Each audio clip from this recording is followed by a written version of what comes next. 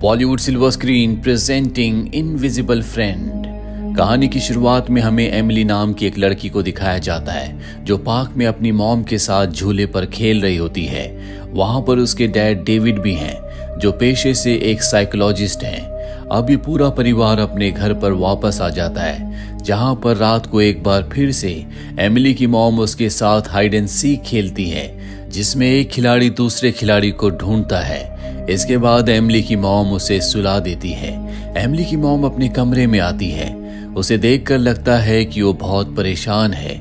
कोई तो ऐसी बात है जो उसे अंदर ही अंदर कचोट रही है। उसका हस्बैंड डेविड उससे इस बारे में पूछता है लेकिन वो कुछ नहीं बताती। वो बाथटब में नहाने के लिए चली जाती है। आधी रात को 2 बजे के बाद जब डेविड की आंखें खुलती है तो वो देखता है कि उसकी वाइफ अब भी बेड पर नहीं आई। इसीलिए वो उसे बाथरूम में देखने के लिए जाता है और जब वो बाथरूम के बाथटब में देखता है तो उसकी आंखें फटी की फटी रह जाती है क्योंकि वहां पर उसकी वाइफ की डेड बॉडी है। पानी में खून होता है। वो अपनी वाइफ को गले लगाकर रोता है।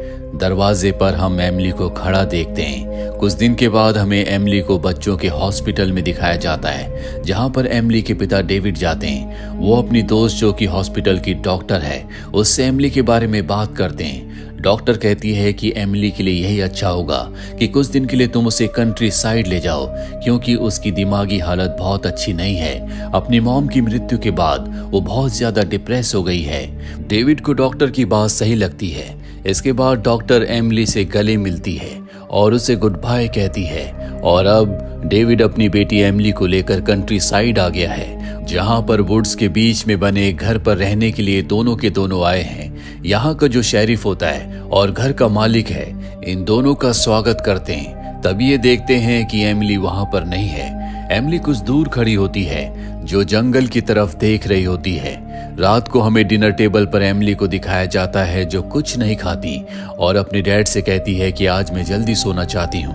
हालांकि डेविड उसे हंसाने की कोशिश करता है लेकिन अपनी मॉम की मृत्यु की वजह से वो बहुत ज्यादा डिप्रेस है। वो अपने बेड पर जाती है जहाँ पर उसके साथ उसकी डॉल एलेक्स भी होती है। वो अपनी डॉल एलेक्स को गुड नाइट कहकर सो जाती है। वहीं डेविड को दिखाया जाता है जो उसके सामान को अनपैक कर रहा होता है। अगली सुबह एमिली घर से बाहर जाती है जहां पर उसे एक बटरफ्लाई दिखती है। वो उसका पीछा करते हुए जंगल के अंदर चली जाती है जहां पर उसे एक केव दिखती है। कुछ देर के बाद वो घर वापस आ जाती है लेकिन उसके साथ उसकी डॉल एलेक्स नहीं होती। इसके बाद डेविड और एमिली दोनों के दोनों काम से बाहर जाते हैं। रास्ते में डेविड एक गैस स्टेशन पर रुकता है और जब वो अपनी गाड़ी में गैस भर रहा होता है तभी कुछ ही दूरी पर वो एक लेडी को देखता है। उसके साथ उसकी बेटी भी होती है जो झूला झूल रही है। डेविड चाहता है कि वो छोटी बच्ची जो झूला झूल रही है उसकी एमिली से दोस्ती हो जाए। इसीलिए वो उसकी मॉम के पास जाता अपने आप को इंट्रोड्यूस करता है। वो लेडी अपना नाम एलिजाबेथ बताती है। एलिजाबेथ भी उससे बहुत अच्छे से बात करती है और कहती है कि जब भी तुम्हें टाइम मिले तुम हमारे घर आ सकते हो।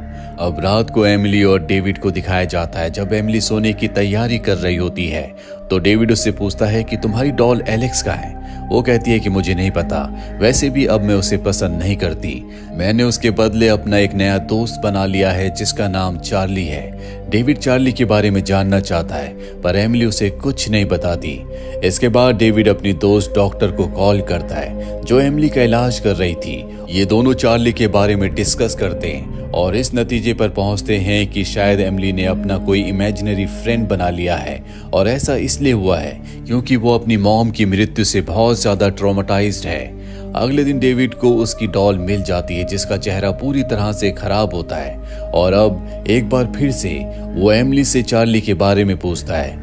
एमिली बताती है कि वो बहुत फनी है। वो उसी तरह से मजाक करता है जिस तरह से मॉम किया करती थी। इसके बाद डेविड सो जाता है। उसे आज रात को एक बार फिर से वही सपना आता है जो उसे बार बार आता है जो कि न्यू ईयर पार्टी के बारे में था और ये पार्टी एमिली की मॉम की मृत्यु के एक दिन पहले हुई थी। ठीक रात को 2:06 पर उसकी नींद खुल जाती है। ये वही वक्त होता है जिस वक्त पर डेविड की नींद उस रात को खुली थी जिस रात को एमिली की मॉम की मृत्यु हुई थी। उसे एक बार फिर से बाथरूम से कुछ आवाज आती है और जब वो बाथरूम में जाता है तो देखता है कि बाथटब में पानी भरा है। उसके चारों तरफ कैंडल्स जल रही हैं, वहां पर एमिली के कलर्स भी पड़े होते हैं जिससे उसने लिखा होता है यू लेट हर डाई, यानी कि तुमने उसे मरने दिया। एमिली भी वहीं पर खड़ी होती है। डेविड पूछता है कि ये सब क्या है। एमिली कहती है कि ये मैंने नहीं बल्कि चार्ली ने किया है। डेविड उसे कुछ नहीं कहता।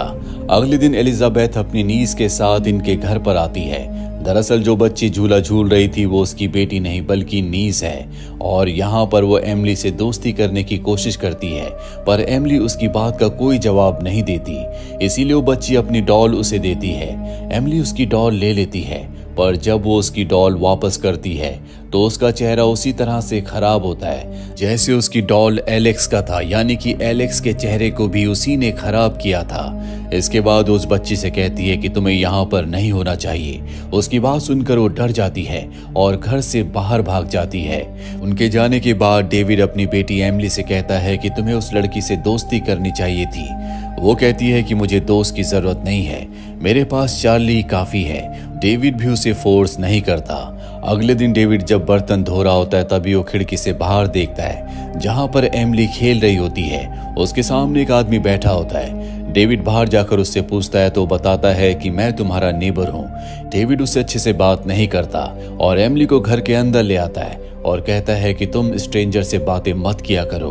अब कुछ देर के बाद डेविड को एमिली के कमरे से हंसने की आवाज आती है, और जब वो उसके कमरे में जाता है तो वो अकेली बैठकर हंस रही होती है। डेविड उससे पूछता है क्या चार्ली यहाँ पर है। वो कहती है कि नहीं, तुम्हारे आते ही वो खिड़की से भाग गया क्योंकि वो तुम्हें पसंद नहीं करता।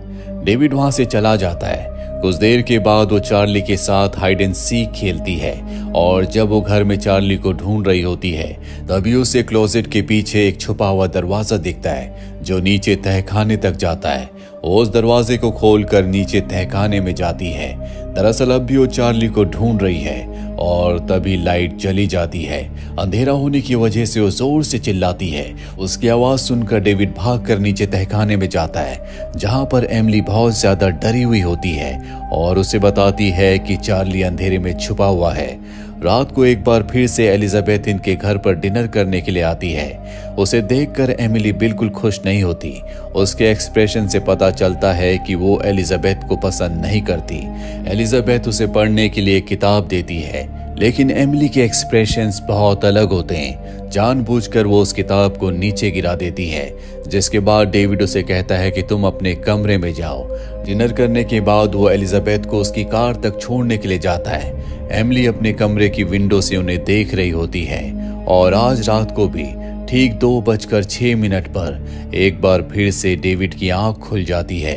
आज भी उसे बाथरूम से आवाज आ रही होती है, और जब वो बाथरूम में जाता है तो वहां पर लिखा होता है look what you have done.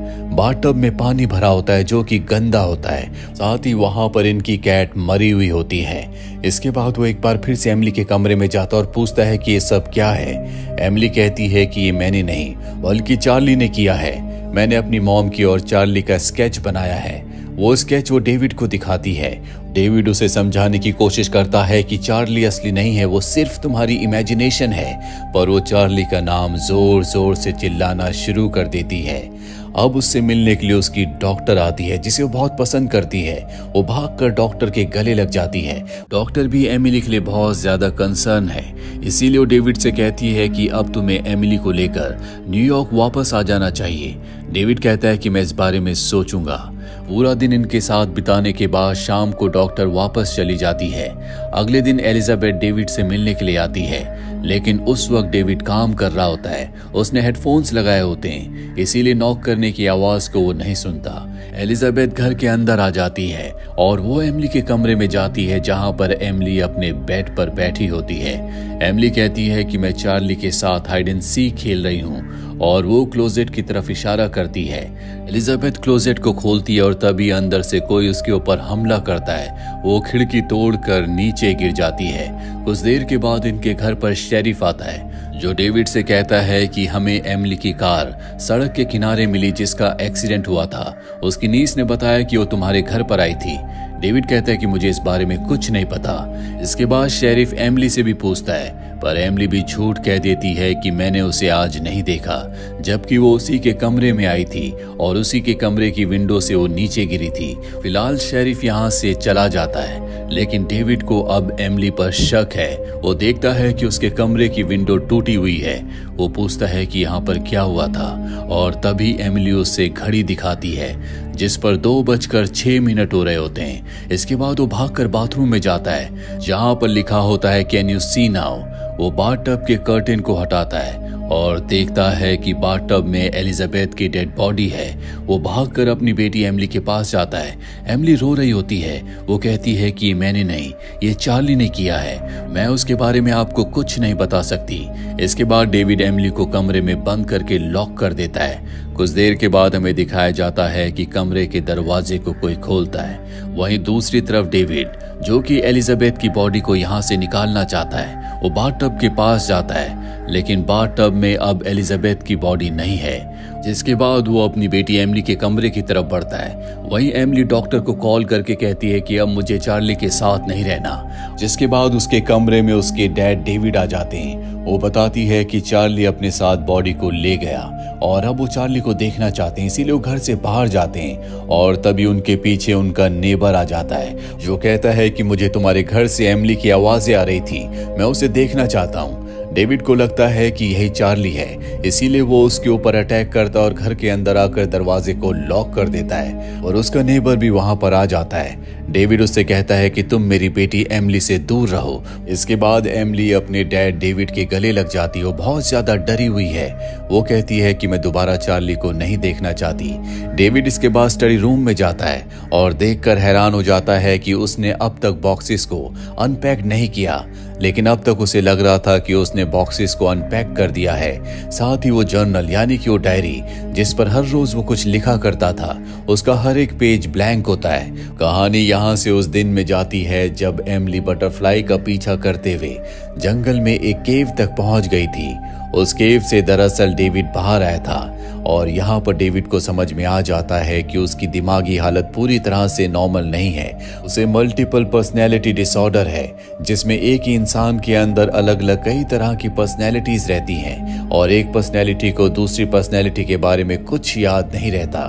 साथ ही एमिली का जो इमेजिनरी फ्रेंड है जिसका नाम चार्ली है, वो इमेजिनरी नहीं है बल्कि डेविड ही चार्ली है। चार्ली उसकी दूसरी पर्सनैलिटी है। जब भी वो चार्ली की पर्सनैलिटी में आता है तो उसका दिमाग ये मान लेता है कि उस वक्त वो अपनी डायरी में कुछ लिख रहा है। इसीलिए जब एलिजाबेथ उनके घर आई थी तो हमें दिखाया था कि डेविड अपने कमरे में अपनी डायरी पर कुछ लिख रहा है, साथ ही उसने हेडफोन्स लगा रखे हैं। दरअसल ये सब कुछ हमें डेविड के परसेप्शन से दिखाया था। उसी ने एलिजाबेथ को मारा है और उसे वो पल भी याद आता है जो कि न्यू ईयर से एक दिन पहले का दिन था, जब पार्टी थी। पार्टी में उसने अपनी वाइफ को एक दूसरे आदमी के साथ मेकआउट करते हुए देख लिया था, इसीलिए अगली रात उसने खुद अपनी वाइफ को मारा। दरअसल उसकी बेटी एमिली को उसकी स्प्लिट पर्सनैलिटी के बारे में हमेशा से पता था, लेकिन उसे ये नहीं पता था कि उसकी किस पर्सनैलिटी ने उसकी मॉम को मारा है। पर जब उसने एलिजाबेथ को मारा तो उसे पता चल गया कि वो चार्ली है जिसने उसकी मॉम को मारा था। इसीलिए वो अपने पिता के गले लगकर कहती है कि अब वो चार्ली को और नहीं देखना चाहती, क्योंकि उसे समझ में आ चुका है कि चार्ली ही कातिल है। जब भी डेविड चार्ली की पर्सनैलिटी में आता है तो उसे पिछला कुछ याद नहीं रहता, और अब जबकि उसकी डेविड वाली पर्सनैलिटी को चार्ली का एहसास हो चुका है तो चार्ली की पर्सनैलिटी उसे पूरी तरह से टेक ओवर कर लेती है। वो एमिली से कहता है कि तुम्हारे पिता हमेशा के लिए जा चुके हैं। वहीं हमें घर के बाहर शेरिफ को दिखाया जाता है। दरअसल जो इनका नेबर था उसने शेरिफ को इन्फॉर्म कर दिया था। शेरिफ इसके बाद एमिली के कमरे में आता है और तभी लाइट चली जाती है, जिसके बाद वो नीचे चेक करने के लिए जाता है जहां पर चार्ली होता है। चार्ली शेरिफ को भी मार देता है और अब चार्ली की पर्सनैलिटी को पता है कि एमिली उसे पसंद नहीं करती, इसीलिए वो कहता है कि मैं तुम्हारे साथ एक बार फिर से हाइड एंड सीक खेलूंगा। एमिली ये सुनकर डर कर भाग कर कहीं छुप जाती है। वहीं घर के बाहर हमें दिखाया जाता है जहां पर एमिली की डॉक्टर भी आ चुकी है। और जब वो घर के अंदर जाती है जहां पूरी तरह से अंधेरा होता है, अचानक से चार्ली उसके सामने आ जाता है और उसे धक्का देकर नीचे तहखाने में गिरा देता है, जिसके बाद वो तहखाने के दरवाजे को लॉक कर देता है। डॉक्टर को वहां पर शेरिफ की डेड बॉडी दिखती है। वहीं अब चार्ली एमिली की तरफ बढ़ रहा होता है। एमिली अपने कमरे के दरवाजे को अंदर से लॉक कर देती है और चार्ली कमरे के दरवाजे को तोड़ देता है। पर अब तक एमिली विंडो से भागकर जंगल की तरफ चली जाती है। भागते भागते वो उसी केव तक पहुंच जाती है जहां से उसने सबसे पहले चार्ली की पर्सनैलिटी को बाहर निकलते हुए देखा था। एमिली उस केव के अंदर छुप जाती है, पर अब वहां पर चार्ली भी पहुंच चुका है। वो एमिली को ढूंढ रहा होता है। दूसरी तरफ हमें डॉक्टर को दिखाया जाता है जो शेरिफ की गन लेकर तहखाने से बाहर आ जाती है। उसे घर पर ना एमिली दिखती है और ना ही डेविड, जो असल में चार्ली है। और अब वो किसी भी तरह से एमिली को बचाना चाहती है, इसीलिए वो उनकी आवाजों का पीछा करते हुए खुद भी केव तक पहुंच जाती है। और जब वो केव के अंदर जाती है तो उसके सामने चार्ली होता है। एमिली के हाथ में गन देखकर वो प्रिटेंड करता है जैसे कि वो डेविड हो, और जब वो उसके सामने पहुंच जाती है तो वो उसके हाथ से गन को नीचे गिरा देता है, जिसके बाद वो डॉक्टर के ऊपर हमला करता है और डॉक्टर को मारने वाला होता है कि तभी एमिली डॉक्टर को बचाने के लिए उसके सामने आकर उसे आवाज देती है। और अब वो धीरे धीरे एमिली की तरफ बढ़ने लगता है और तभी डॉक्टर को मौका मिल जाता, वो गन उठाकर डेविड को शूट कर देती है, जिससे डेविड की वहीं पर मृत्यु हो जाती है। इसके बाद डॉक्टर उसे अपने साथ न्यूयॉर्क शहर वापस ले आती है।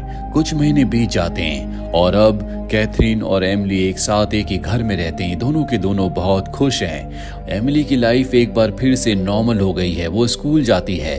उसने एक स्केच बनाया होता है जो कि डॉक्टर और उसका होता है, और उसने जो अपना स्केच बनाया होता है उसका एक शरीर और 2 फेसेस होते हैं, जिसका मतलब ये हो सकता है कि शायद उसके पिता की तरह उसके अंदर भी 2 पर्सनैलिटीज हो, वो भी स्प्लिट पर्सनैलिटी डिसऑर्डर का शिकार हो। और इस बारे में एमिली के अलावा किसी को कुछ नहीं पता। आपको क्या लगता है? कमेंट बॉक्स में जरूर लिखें। उम्मीद करते हैं कि ये कहानी आपको पसंद आई होगी।